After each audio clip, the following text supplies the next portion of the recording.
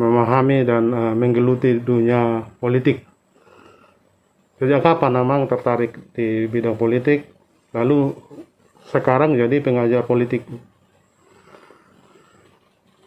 Oke, jadi sejak saya mahasiswa di Fakultas Teologi Universitas AKBP Nomensen Pematang Siantar yang sekarang dikenal dengan STT AKBP,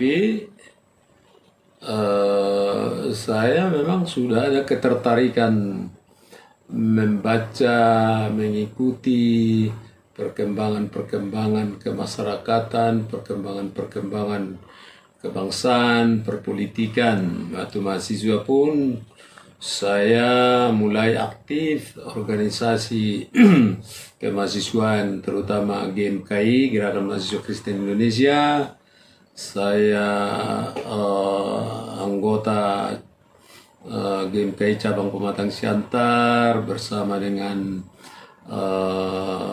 teman kita WTP Simarmata yang kemudian jadi pengurus KBP. Kami satu angkatan lah itu, walaupun dari segi angkatan kemahasiswaan beliau di bawah saya dan lain-lain lah. Jadi mulai dari situ ketertarikan itu sudah ada, dan saya sudah mengikuti Kongres GMKI tahun 78, Kongres Nasional di Makassar. Pada waktu itu kita sudah bertemu dengan petinggi-petinggi Republik ini sebagai pembicara, penceramah yang juga memotivasi kita seperti TB Simatupang, Sabam Sirait, Abdul Ghafur dan lain-lain sebagainya. Jadi mulai dari mahasiswa ketertarikan itu sudah ada. Dan saya memang mulai mahasiswa sudah ketarik dengan bacaan-bacaan umumnya. Jadi saya tidak hanya fokus dengan kurikulum, dengan kurikulum internal STT. Saya memperdalam dan memperluas wawasan saya dan membaca buku-buku yang sangat kaya di perpustakaan Fakultas Teologi Nomensen. Itu harus diakui ya, buku-buku baik dalam negeri berbahasa Inggris yang bisa kita akses pada waktu itu. Jadi itu kemudian saya pun tamat tahun 78 dan kemudian melayani di jemaat Gereja Metodis. Saya terus mempersiapkan diri dengan visi saya bahwa saya harus terus belajar.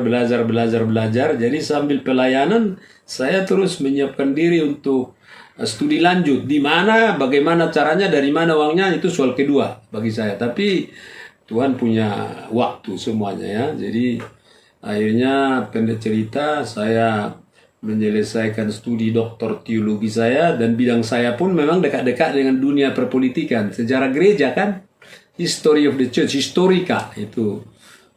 Disiplin ilmu teologi itu ada sistematika, ada biblika, ada historika dan lain-lain. Jadi saya historika, sejarawan. Nah, jadi sejak saya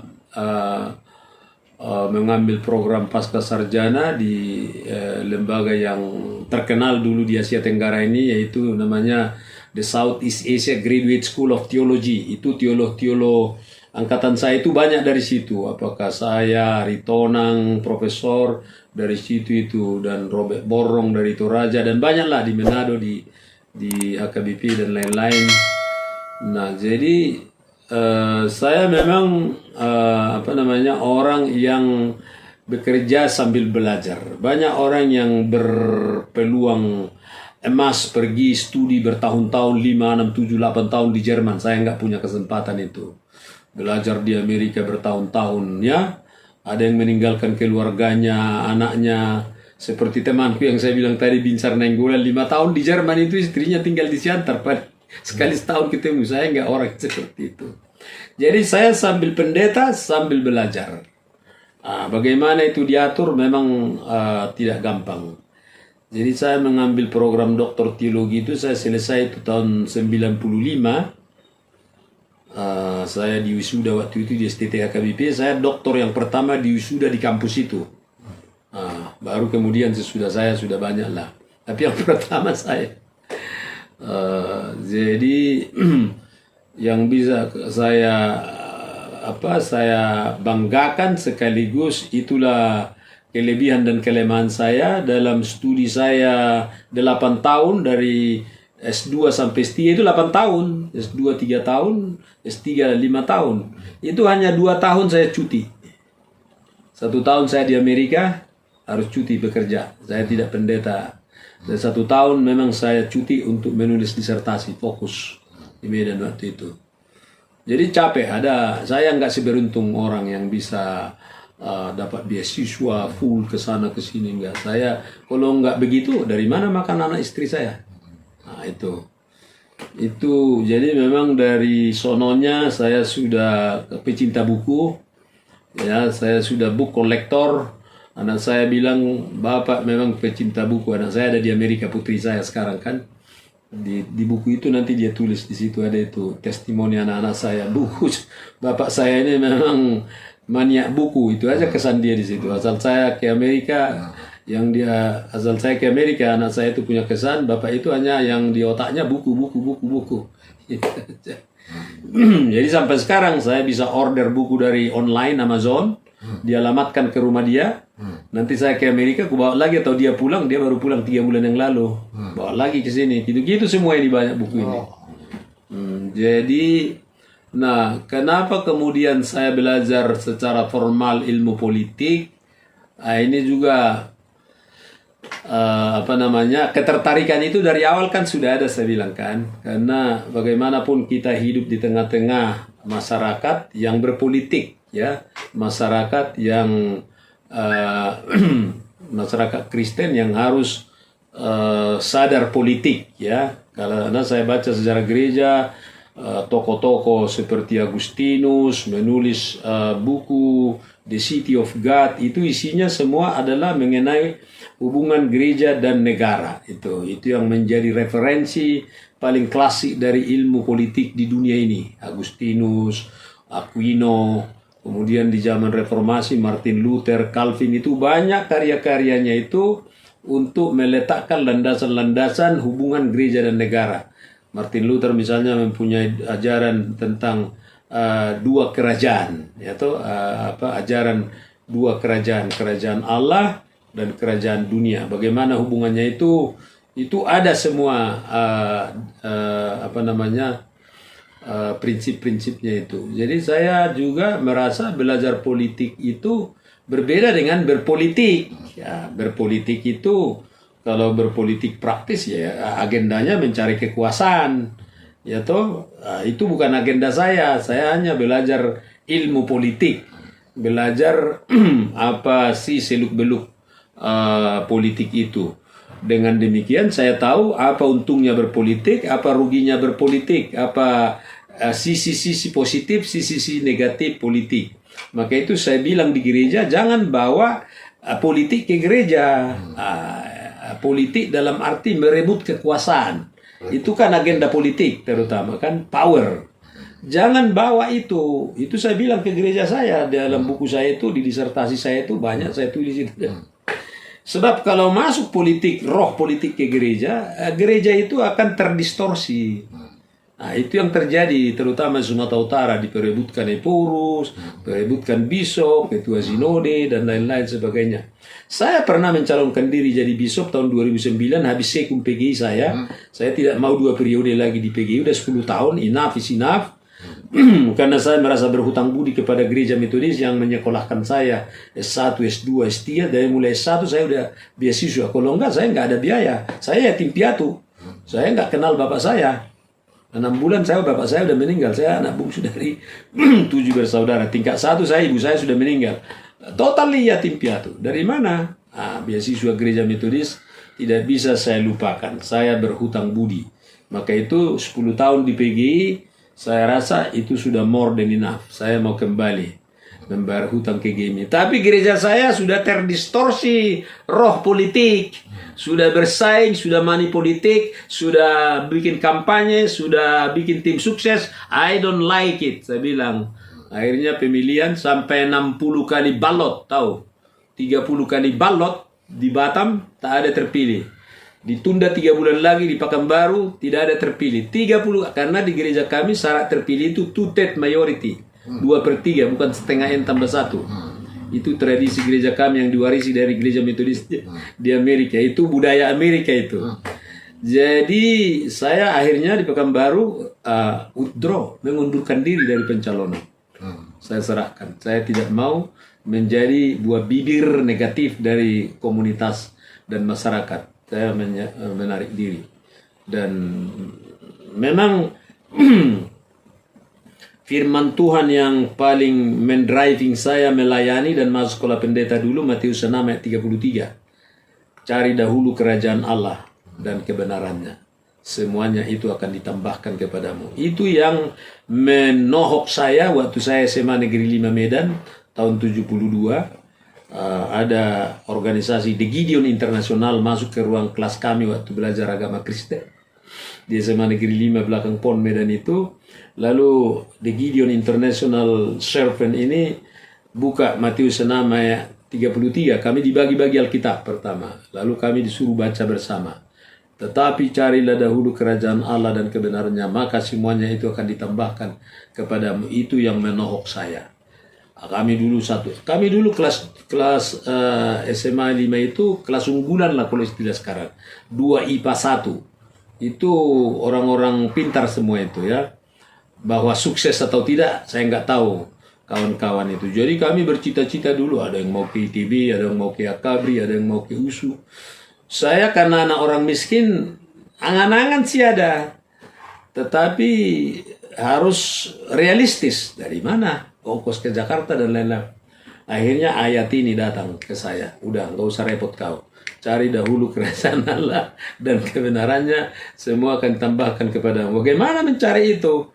Jadi saya sih waktu itu suka bergereja di HKBP Teladan yang di Medan itu. Di situ pendeta-pendeta banyak mempengaruhi saya ke dari Kok. Akhirnya saya putuskan masuk sekolah pendeta, dan itu mempengaruhi saya terus sampai saat ini. Dan saya mengundurkan diri dari pencalonan bishop itu dulu atas nama perintah itu. Cari dahulu kerajaan Allah dan kebenarannya. This is not the kingdom of God any longer yang terjadi di sinode kami itu, di konferensi kami itu. Saya menarik diri. Nah, itu resiko-resikonya banyak itu nanti siapa yang menghempang. Saya belajar ilmu politik itu dulu karena saya sekum PGI. Sekum PGI itu kan kiprahnya tidak hanya mengunjungi gereja-gereja berkhotbah di gereja, tapi mengkritisi persoalan-persoalan kebangsaan, persoalan-persoalan politik. Kan itu tugasnya. Beruntung saya, tahun pertama saya di Jakarta melayani di PGI sebagai sekum, saya udah kursus Lemhanas 9 bulan itu tahun 2001. Itu yang membekali saya bisa memikul tugas itu. Nah, kemudian tahun 2005 saya menjadi sekum. Wah, itu udah tanggung jawab udah di tangan saya. Dalam anggaran dasar, anggaran rumah tangga PG itu istilah kerennya CEO itu sekum, bukan ketua umum. Itu aslinya PG itu kan. Jadi saya tahu diri bahwa kalau saya tidak belajar dalam dunia perpolitikan, ilmu perpolitikan, nanti saya nggak bisa lakukan tugas-tugas saya ini. Nah, lalu tahun 2007 atau 2008, saya mengambil S2 bidang hubungan internasional yang ditawarkan oleh Lemhanas dan Gajah Mada. Semua kuliahnya di Jakarta. Nah, selesai itu 2008, itu ada bukunya itu, Perang Melawan Teror, War on Terror, Bush melawan Irak itu. Itu tesis saya, cum laude saya di UGM itu. Nah, itu sebenarnya saya tulis ketertarikan tentang konstelasi perpolitikan dunia pada waktu itu. Nah, kemudian niat saya untuk mengambil pasca sarjana di UGM karena memang saya mau menuangkan apa yang saya baca, saya alami, saya kerjakan selama 10 tahun di PG ini dalam sebuah karya. Tapi karya ini, ini kita manusia ini harus ada sedikit dipaksa, ya kan? Jadi saya daftar di UGM, juga melalui jalur Lemhanas. Saya daftar, akhirnya Nah, ini kehendak Tuhan. Andai kata saya terpilih jadi bishop 2009 dan 2010 awal, itu nggak jadi. Karena saya akan pindah ke Medan. Tak jadi itu Gajah Mada. Walaupun saya udah terdaftar di situ. Nah, kehendak Tuhan lah. Saya tidak jadi bishop, saya fokus di situ. Saya fokus untuk menyelesaikan ilmu politik lah. Namanya sebenarnya persisnya di Gajah Mada agama dan lintas budaya, religion and cross culture. Ini dan tapi disertasi saya itulah agama dan politik di Indonesia, ya, orang Kristen di tengah kebangkitan Islam, itu subjudulnya. Itu kan isu betul-betul yang dihadapi oleh gereja di Indonesia sejak reformasi sampai itu saya tulis 2014, itu saya pertahankan di Gajah Mada. Dan motivasinya adalah memang menuangkan apa yang saya pelajari supaya dibaca oleh banyak orang. Dan sesuai dengan pertanyaan tadi, apa yang Pak Daulay bisa share kepada para politisi. Jadi ya memang ya politik ini memang apa namanya itu, seperti pisau bermata dua ini, bisa positif bisa negatif, tergantung bagaimana kita mempersepsi politik itu. Kalau Sabam Sirait, ya, beliau sekarang sedang nahme ini, dia bilang politik itu suci, ya kan? Tapi banyak orang melihat politik itu kotor, narkoba, hutan rimba, segala macam.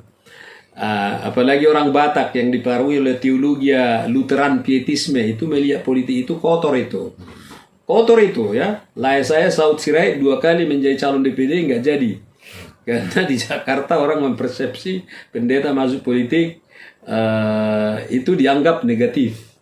Saya juga tahun 2014 hampir caleg dari Nasdem DPR, tapi teman-teman semua melarang saya. Lut Panjaitan lah, Jack Napitupulu lah, sahabat-sahabat saya. No.